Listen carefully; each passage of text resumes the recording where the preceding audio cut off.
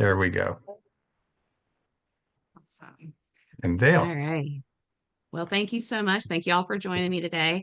Um, like Dan said, my name is Dale Marie Pontz. Dale is fine.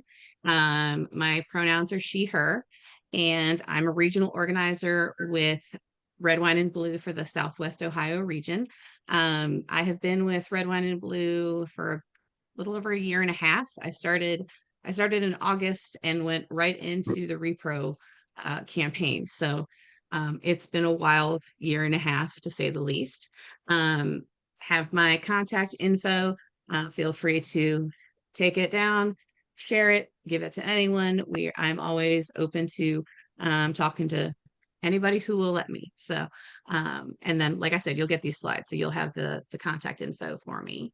Um, but Red, Wine, and Blue, we are a community of, we used to say 500,000 women. Now we're probably closer to 700,000 women nationwide, women, men, non-binary, nationwide, who are committed to trying to eradicate extremism in our communities. So we kind of started off as suburban women. That was the initial focus, but I'll say, like, we're certainly broadening our scope. I am not a suburban woman. I live in the city, and so I think while our messaging tries to be focused for women, a female audience.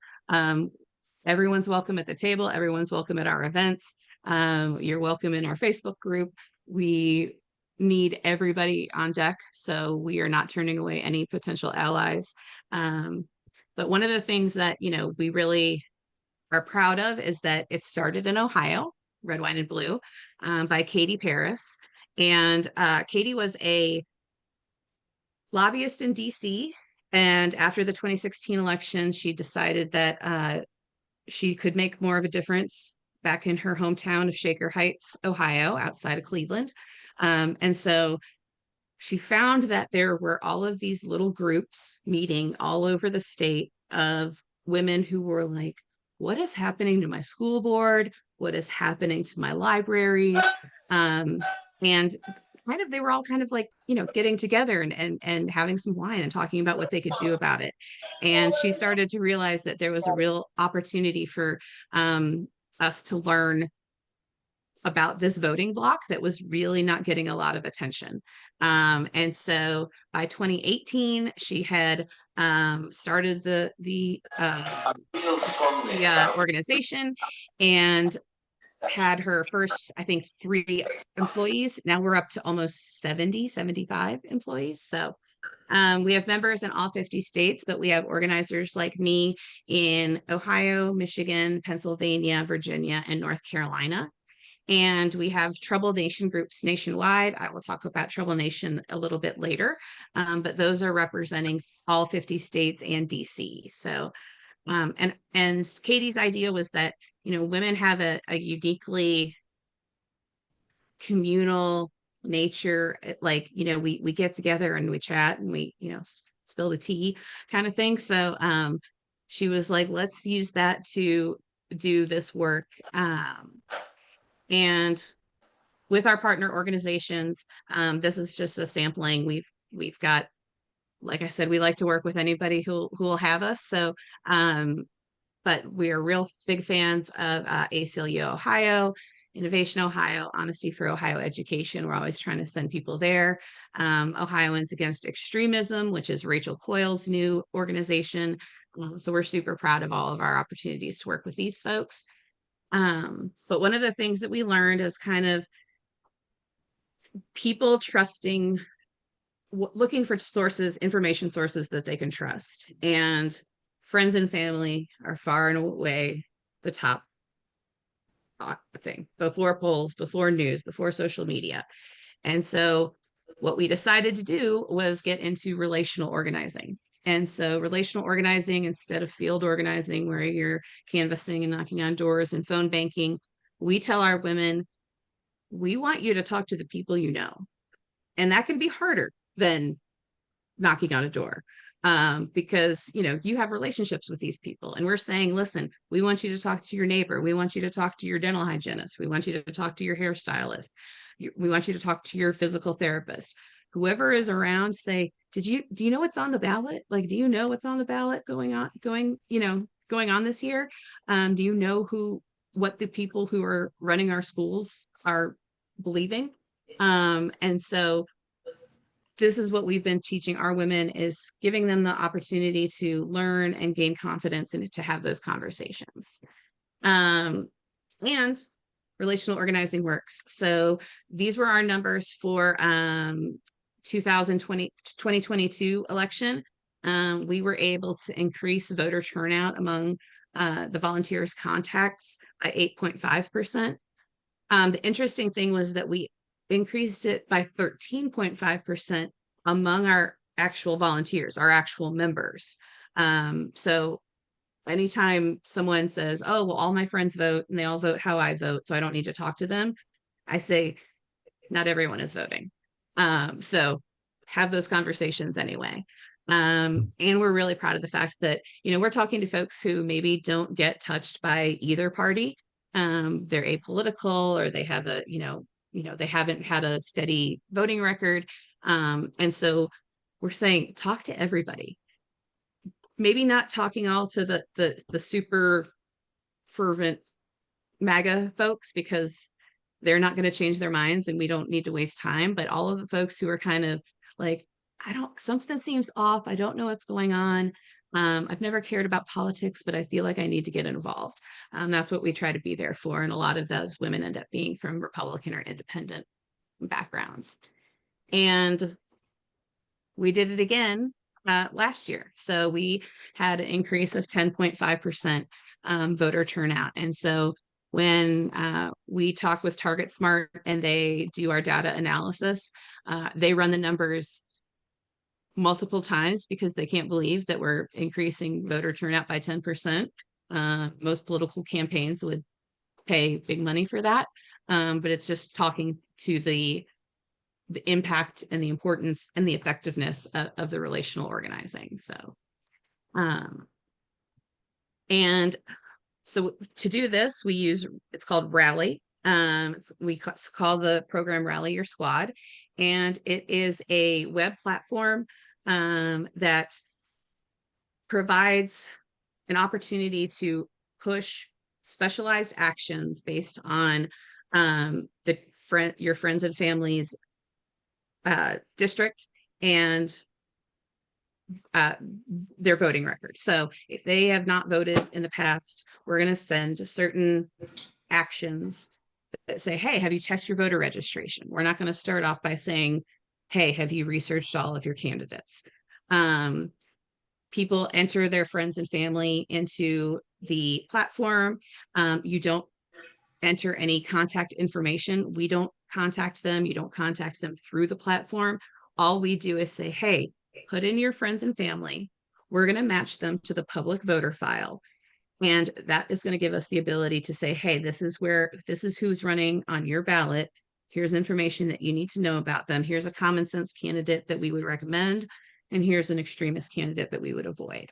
And so we've got thousands of folks in there using Rally to talk to their friends and family and have those.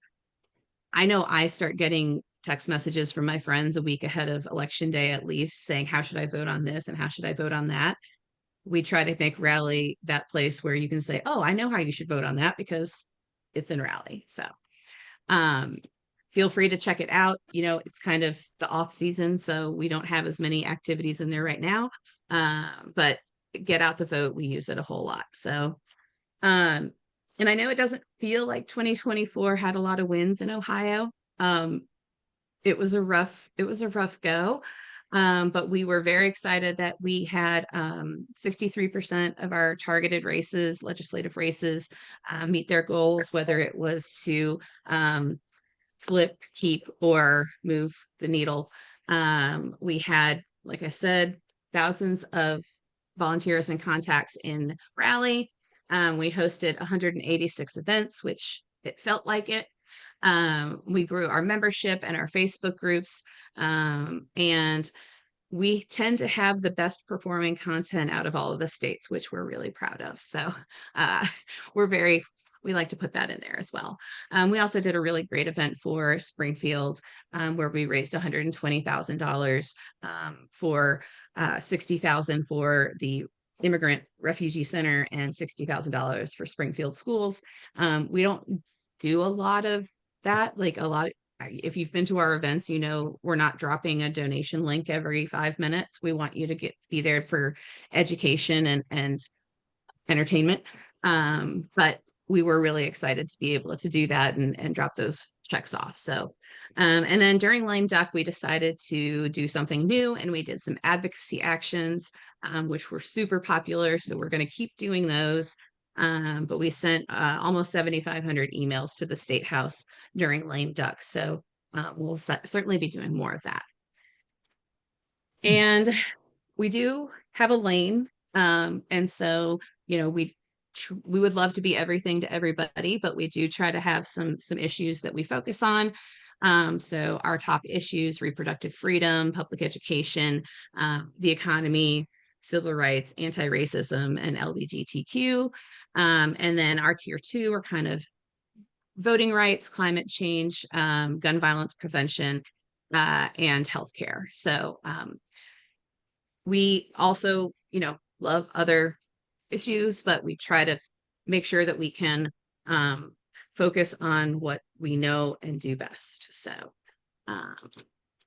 and our, hey, Teresa, do you see yourself in this picture?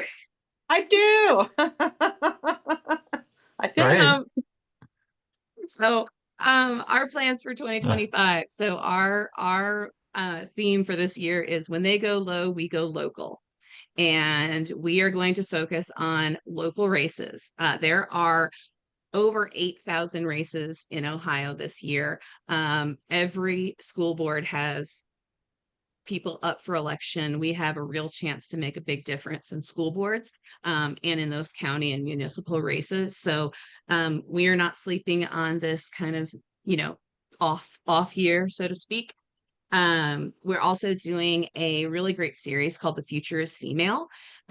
Dr. Amy Acton was the first iteration of that. And we're trying to focus on women who are getting out of their comfort zone, because that is something we try to be a safe space for, as people who are new to this work. And so we are trying to spotlight women who are doing something that they don't normally do, because they have felt, you know, moved by what's going on in Washington and what's going on in Columbus. So we'd love to partner with other organizations. We cannot know everything. The Trump administration is going to flood the zone as much as they possibly can. So we all need to kind of work together and make sure that we're covering all of our bases by spreading out the work. And then events to build community. We try to have fun, which is not always the top of the list for some organizations. Mhm. So, you know, the red wine and blue isn't really necessarily so much about drinking as it is about, we want you in this picture. We want you having these conversations with people. We want you to meet like-minded folks in your community that, you know, a lot of our women feel like they're a blue dot in a red sea. And so we want to have fun. We don't want it to just be a lecture. We want it to be a good time. So next week we're doing banned book bingo. And so instead of B4, we say, you know, how to be an anti-racist, or some book that has been banned in some way, shape, or form. So that it's a little fun along the way, because this is hard work. It's really hard work. Joy is a form of resistance, and we really try to focus on that, and try to make it, you know, a good time so that people keep coming back. So, these are kind of our pillars of what we try to do. Again, like I said, community building is first and foremost. That's really what we're focusing on right now, is kind of, we've got folks who are just showing up saying, hey, I see what's going on. I need to find my people. I need to get involved. So we are trying to build those communities. we've got some Trouble Nation, like I teased before. We'll talk about that.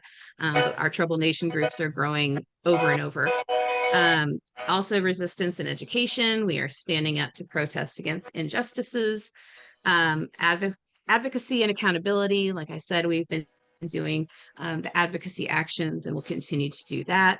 And then mutual aid and protection, which is, I don't want to say my favorite, but like I feel like that's also like that's right up there with community, is making sure that we're taking care of each other during this really difficult time. So Great.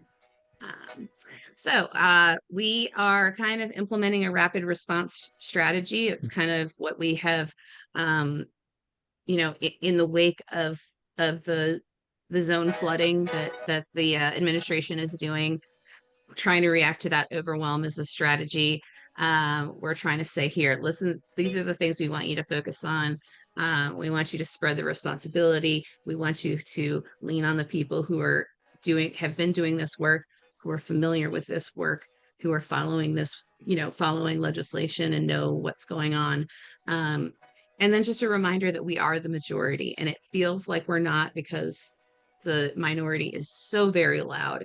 But most people want democracy. Most people don't want book bans. Most people want LGBTQ plus folks to be protected. So just a reminder then to our folks saying, like, listen, I know you don't want to have these conversations with your friends and family, but when it comes down to the actual issues, you probably agree. So Trouble Nation. So Trouble Nation is something we're super excited about. We just kind of had started it about a year ago. It has blown up like no other. And Trouble Nation is our grassroots organizing program. So all of those little groups that Katie was meeting all over Ohio, many of them have become a Trouble Nation group. And so they're independent. We do not say, like, this is what you have to do with your group. This is what you can and can't do. We just provide training, resources, the ability to have, assistance in reaching out to other people. We can send an email blast to folks. We just had a group start in Wyoming, Ohio, and we can send an email blast to everyone in a range of Wyoming and say, hey, there's a group starting. If you want to get involved, check them out. So there are some kind of rules where you can't be a PAC. You can't be associated with the Democratic Party, just because we are a nonpartisan organization. But overall, it's an opportunity. Bold New Democracy could 100% be a Trouble Nation group and get access to these resources. There's also some really nice things like a Slack channel for all of the leaders where they get to share ideas and get feedback on things that they're doing, or say this is what worked or this is what didn't work. And it's been a really awesome resource for folks who have both established groups and who have. Excuse me, Tail. One moment. Somebody's mute themselves. Judy. Yeah. Okay. There we go. Sorry. Right. Bold New Democracy could 100% be a Trouble Nation group, have access to those resources. And we initially started with the idea we wanted to outpace Moms for Liberty chapters. We have now gone way past that. We are coming up on almost 700 groups. There's over 50 in Ohio already. And we are super excited about this program because it can be for established groups who have been doing this work for a long time and who want to just kind of stretch their wings and maybe make some new connections. And then there for folks who are brand new to this. And I have a woman who reached out to me after she reached out to Red, Wine, and Blue after the election and said, I want to do something and I want to get involved. And now her group, she's based in Loveland, Ohio. Now her group has 80 plus folks in it. They are growing by the day.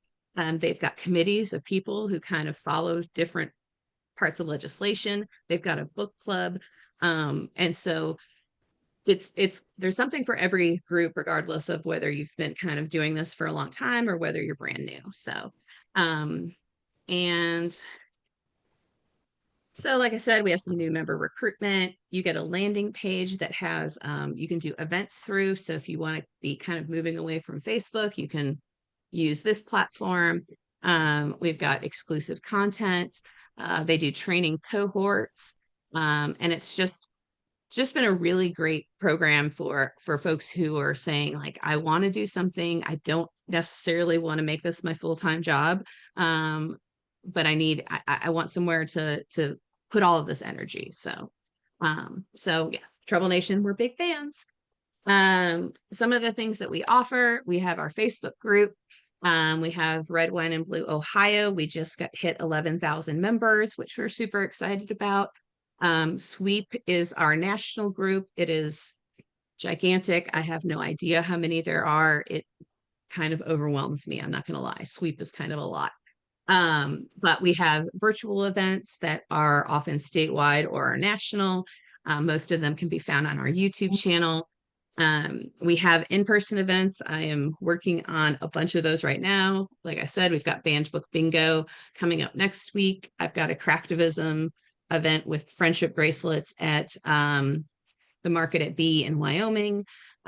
We are doing some regional huddles where we get women together to say, hey, let's really like brainstorm on what we can do to make a difference and start preparing for Get Out the Vote, because that's going to be here before we know it. Joining or starting a Trouble Nation group, and following us on socials. We are Red, Wine, Blue USA on all of them. Blue Sky, TikTok, Instagram. I think I don't know if we're still on X, actually. I don't know if we're still on Twitter. But anywhere there's socials, we are Red, Wine, Blue USA. We also do a lot of really great toolkits and docs. We just had a couple come out, one of them supporting our friends who are in danger with their immigration status, and another one for folks who are trying to protect trans rights. We've got factoid sheets on Project 2025, on disinformation. We've got a really great training that's getting updated about disinformation and how to react to that. And then we're also have been doing those documents in Spanish as well. So we're really excited about being able to offer that to our communities as well. So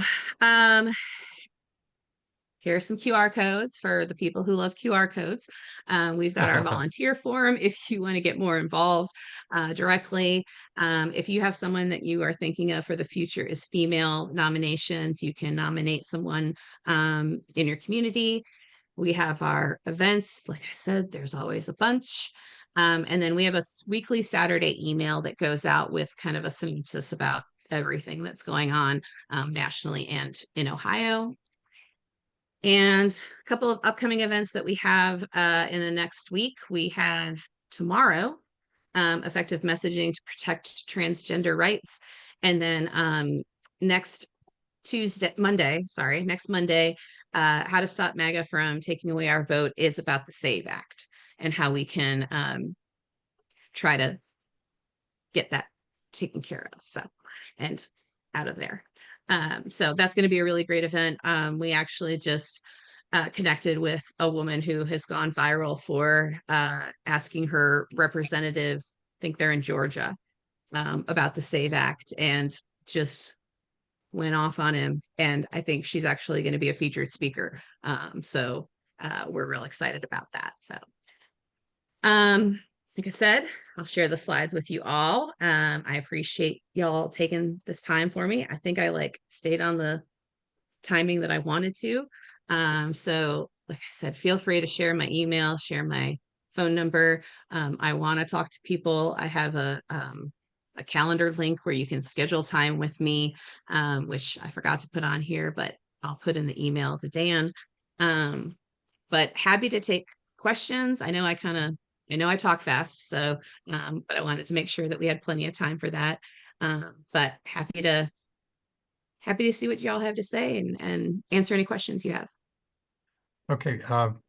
First off, all of your slides will be available in the PDF, I assume. Is that Yes. correct? And maybe Yep. some other information as well. Yep. Okay. Yep.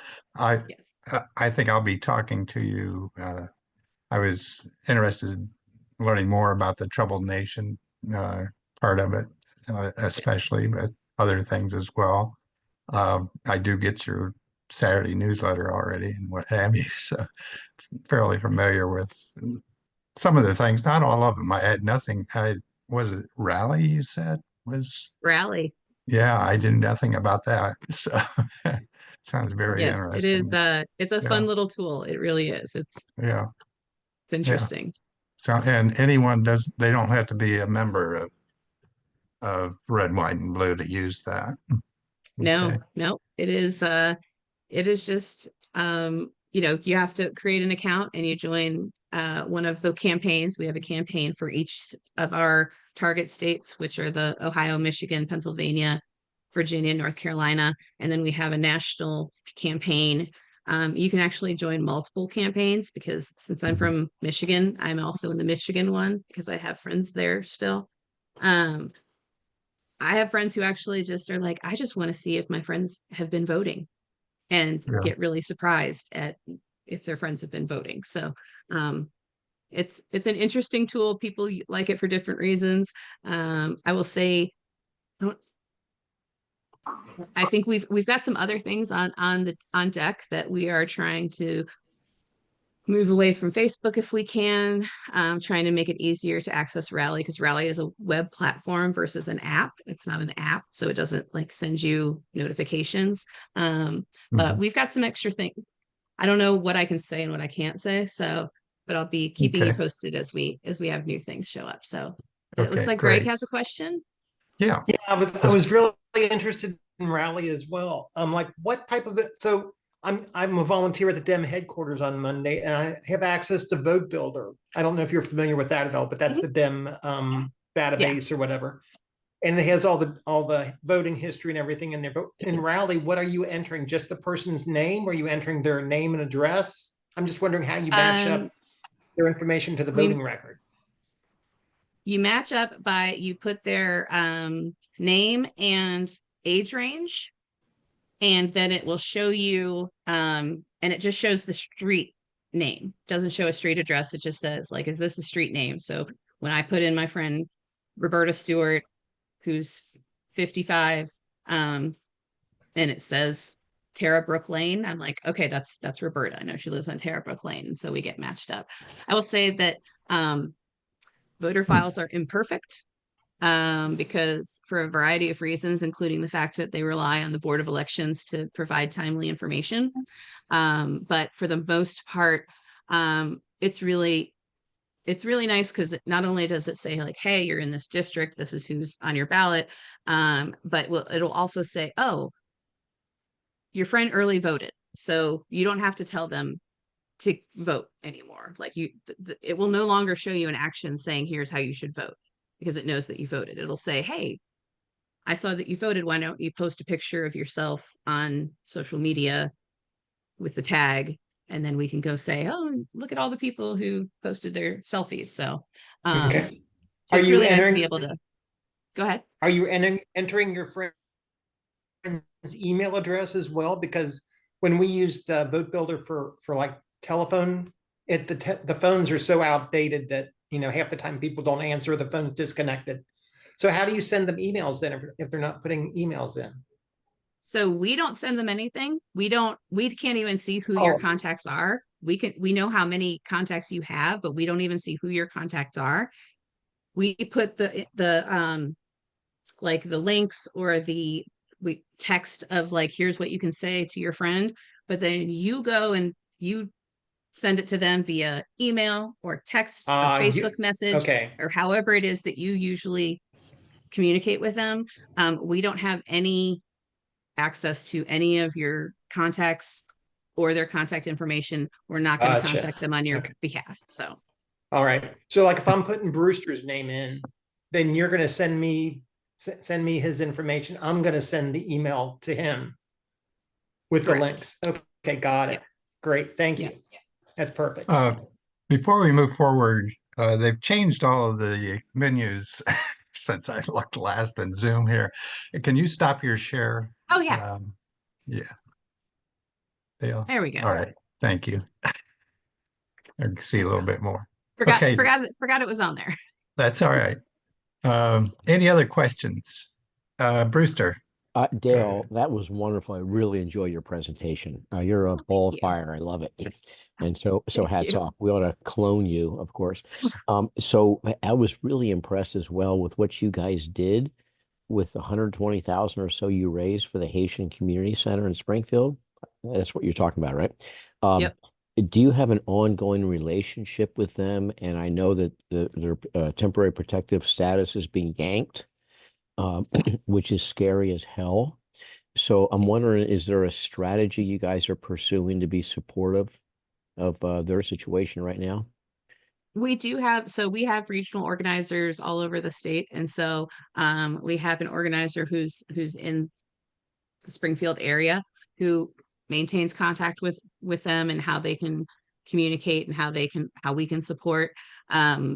We also, try to do we try to grab the moment, um, of course, and then, hopefully be able to continue to support them through that relationship that we built. So, for example, with Amy Acton, during COVID, Red Wine and Blue they had everyone, you could do an advocacy form that was a note to Dr. Acton, and then we printed it and it looked like a phone book.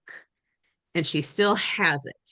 Like she had it on her, um, when we did the event with her earlier this year, had it, picked it up. We also sent one to Bishop, forgetting her last name, but who spoke at the convocation and asked the president to show mercy to people and got Yeah.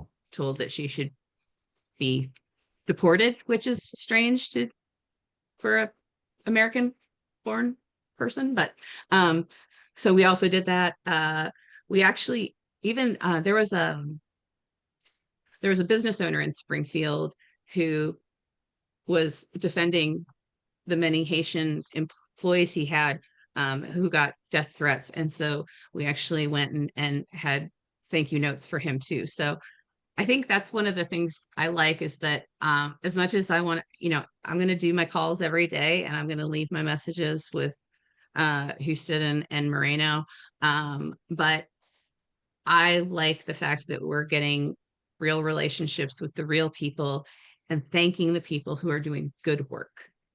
I also want to call my congressman and say, Greg, thank you for doing what you're doing. And so it's as much as we want to be like, I think it's nice that we also try to say, hey, like, let's look at the positive and let's look at all the people who are doing really amazing things, in Ohio and across the state. Excellent. Thank you very much. Matt, and you're muted, Matt. There you go. Anymore. Thank you, Dale, for coming. This is a really good talk. Just a question as far as, so how can we collaborate? What can our group do to help you, and how can we work together?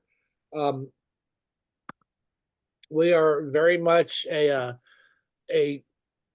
sort of action-oriented group in a lot of ways. We're not a big like meeting on Zoom kind of thing, but if you give us something to do, or we can combine in some way on an action, that's where we we show out. So what are some thoughts on that? Absolutely. Like I said, I think Trouble Nation would be a great start because that is going to be, we kind of look at our Trouble Nation groups as like our front line. And like I said, we have over 50 across the state. And so when there is something, when we want somebody to go to the state house that day in Columbus, we're going to reach out to Positively Blue, which is one of our Trouble Nation groups, and say, hey, can any of you go over to the state house and submit testimony? Hey, we want to go and the folks in Cleveland, can you go and to Moreno's Cleveland office and, bring us, knock on his door and see where he's been at. We had our Medina Mavens went today and brought a stack of, I think, 100 letters to their U.S. representative to say kind of like, we don't like what you're doing. So there's definitely, that's kind of our main source of just kind of connecting with folks.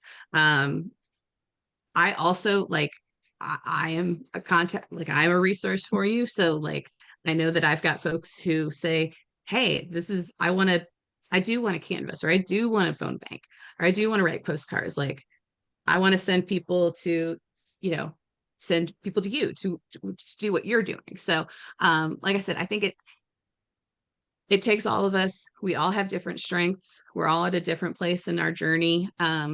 Some folks are, have been in this for a long time. My parents raised me in politics. I was at the polls as a toddler. I canvassed for Michael Dukakis when I was 9. So I have always been in it.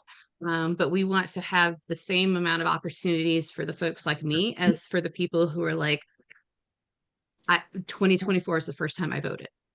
And so I think what you all do and what our Troubled Nation groups help us do and our partner organizations help us do is make sure that we are covering all those folks and that we do have something for everyone. Who I have a friend who loves to canvas. I don't want to canvas. I don't want someone coming to my door. Like I don't want someone I know to come to my door, much less have a stranger come to my door. But she loves it. She will canvas every weekend and just eat it up. So I think that's the thing, is just like staying in communication and I'm happy to, I can't promise to come to every meeting because I have a zillion people asking me for meetings right now, but I would love to like be there, come on a regular basis and say, hey, here's what we're doing and how can I help you all? So I think we took a real great step with, y'all reaching out to Jen Perez. Unfortunately, she's left Red Wine and Blue. She is doing a semi-early retirement for now. So, but I'm your Cincinnati person, and I want to be there to help, and I want you all to be there to help me too. So, Dale, Right. how do we become partner organizations? Do we have to go through some there's nothing process to specific. do that? It's just, hey, we're gonna ACLU and you want to do a band book bingo with us. Riley will message me. We had at our huddle, our regional huddle that I mentioned earlier, we had Elizabeth Chastain Day from ACLU Ohio. We had Nick Toole from Innovation Ohio and Natalie Hastings from Honesty for Ohio Education come and speak. And so maybe you come and speak at one of our events, or you bring the party and I come and say, hey, this is what Rally is about. So I think there's a lot of opportunities. I think we just, keep the communication lines open and make sure that we all are saying, hey, here's what I need and here's what I can do. Okay, great. Lucy? Yeah, hi Dale. Great presentation, very impressive. I am curious. I thought I had signed up with Red Wine and Blue, but I never get anything. So I just got online and signed up with Ohio and with Awesome. the action ID. But will that get me information like sent to me? It I do the should. newsletter and I like to add stuff from other Yeah. groups. So Yeah, absolutely. Yeah, you should. But absolutely, like, feel free to email me directly and I will check your record in EA, make sure that you're getting the emails. I have Okay. one of my Trouble Nation leaders like accidentally unsubscribed from an email, and so she wasn't getting any of the emails. Oh, So maybe I did that. so it's like, and I'm like, listen, I know I'll have a Sunday where I'm like, I'm gonna just unsubscribe from everything in my inbox. So I get it. So Right. but then we have to have in writing that you would like to be resubscribed. So shoot me an email, I'll make sure you're taken care of. Okay, well, I just signed up again online, so we'll see what happens. Yeah, All right, thanks. Okay. no problem. Sean? Yeah, Dale, thanks for a great presentation. I have two daughters who are on the right side of politics, but they don't get involved as much as I'd like. And I think You your mean the correct side? Correct. correct side. Yeah, true. I got you. I The knew what you left. meant. Yeah, She knew what I meant. Per se. I got you. So I think your organization would be a great one for them to join, because especially with the relationships that you just go to your friends, and they have a lot of friends who are like-minded, who would really, would help out. And so that's great. So Yeah. I'm going to encourage them. The other thing I saw Awesome. your second tier was healthcare was in your second tier, and I belong to two different organizations, uh, Healthcare for All Ohioans SPAN and PNHB, which is Physicians for National Healthcare, even though I'm not a physician, never have been. Um, so I would really like to kind of, if you need any information about healthcare, I can supply that to you and supply people and speak Absolutely. whatever, because we're trying to get the message out there, and it's really critical that these single payer really happens in this country. So thank you. Absolutely. Yes, I will take you up on that for sure. And yes, I will. Yes, send your daughters my way. Feel free to give them my info.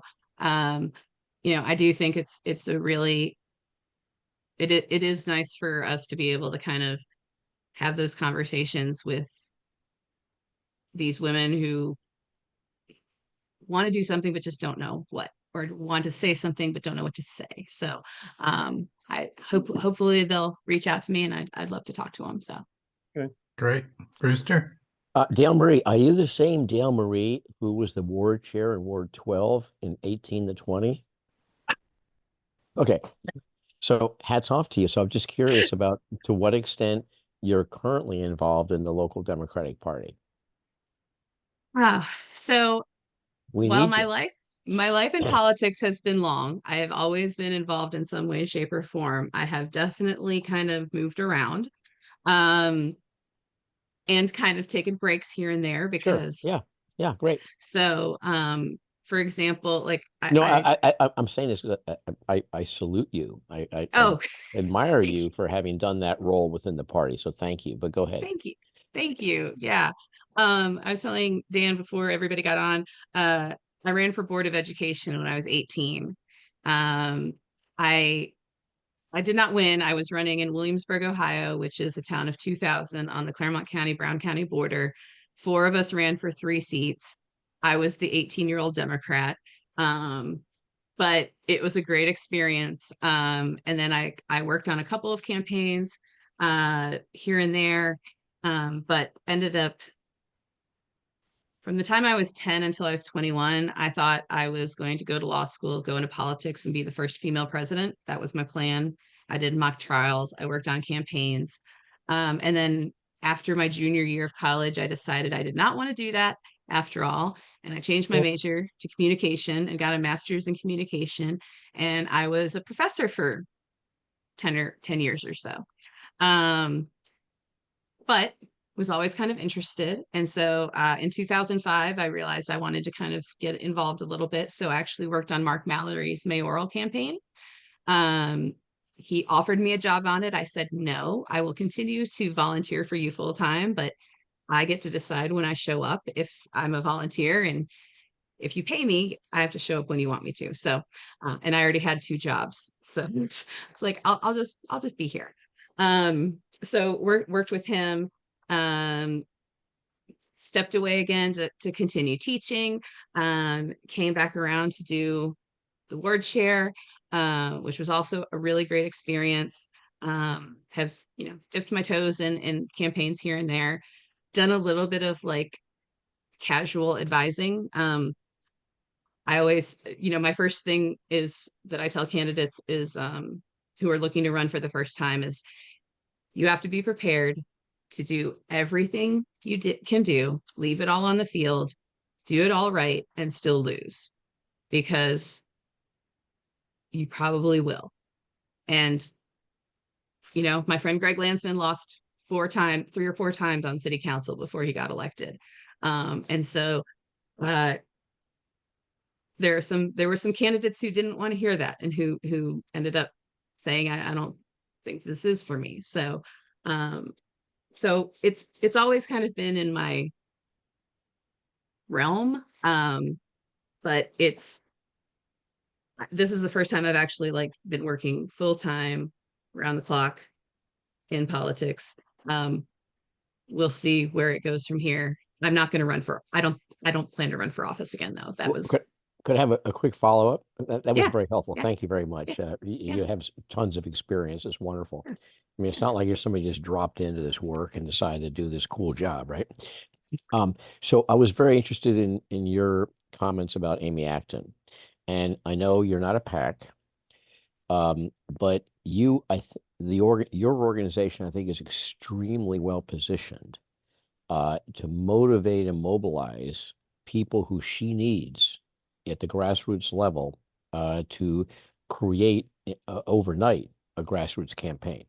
And I think that I've gotten to know her a bit over the last few years, and I love her. I don't know if she can win, but I think, frankly, that having what's his name, we just announced, can't pronounce it. Ramaswamy. Yeah, right. Ramaswamy, Yeah. yeah. So I think that, The- frankly, the positioning of him being so goddamn right wing on so much that all of us care about, including swing voters big time, and her responsible, professional, accomplished, pro-choice, pro-education, all this stuff. I think it sets up an amazing dynamic. And I think it's clearly an uphill battle in Ohio. But I'm telling you, for a national network, for a statewide network that has a base in among suburban women, you guys are a key element, I think, in a successful campaign by her. So I would hope that you guys would think through how to creatively within the law play a leadership role. I mean, you guys could have regular Zoom meetings with her, about, hey, we're educating the public about who you are and what you're doing and all that. It's not like you're endorsing her or whatever it is. But I think that you guys can play an amazingly critical role with maybe playing with your people playing leadership roles in organizing local support committees for her campaign in smaller communities around the state. I think you're absolutely right. The good news is we do have a PAC. We have a C3, a C4, and a PAC. We did, I think the only PAC event we had last year was for the Supreme Court justices. Obviously, PAC money is a lot harder to raise.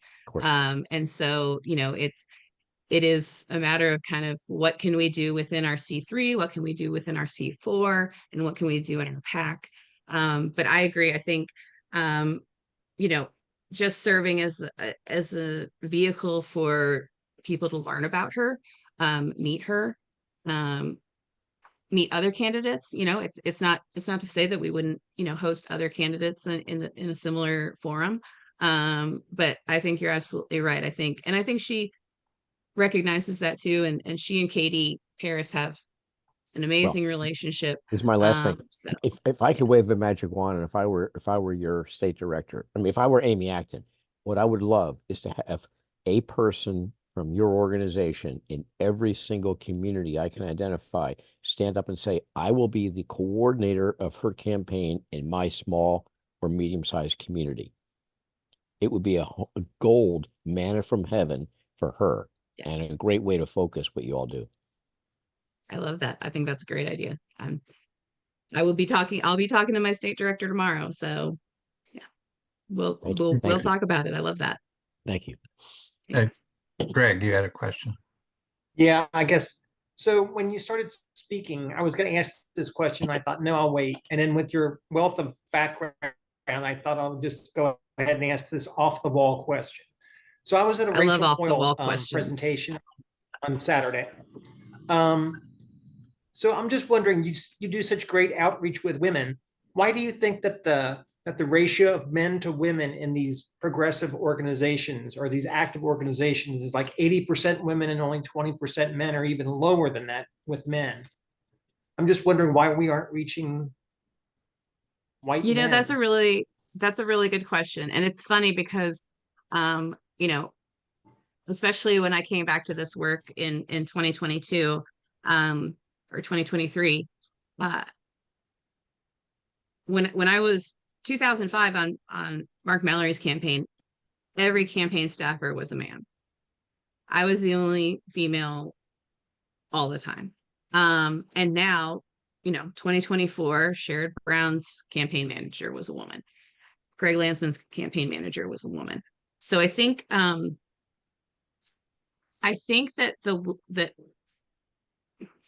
and this is just me like kind of spitballing, but I think it's because women have been getting impacted so strongly by this legislation, by these, you know, administrations, that it's really lit a fire, and it has gotten women to say, hey, no one's coming to save us, we have to save ourselves. And fortunately, you know, a lot of we do have a lot of great male allies, but I think it's that, you know, maybe not necessarily having it impact you in the doctor's office or in your wallet, wherever it's impacting you. I think that's what's kind of just really set a fire under women, and you know, maybe men will get that fire if they're impacted by things like, you know, repro was for women.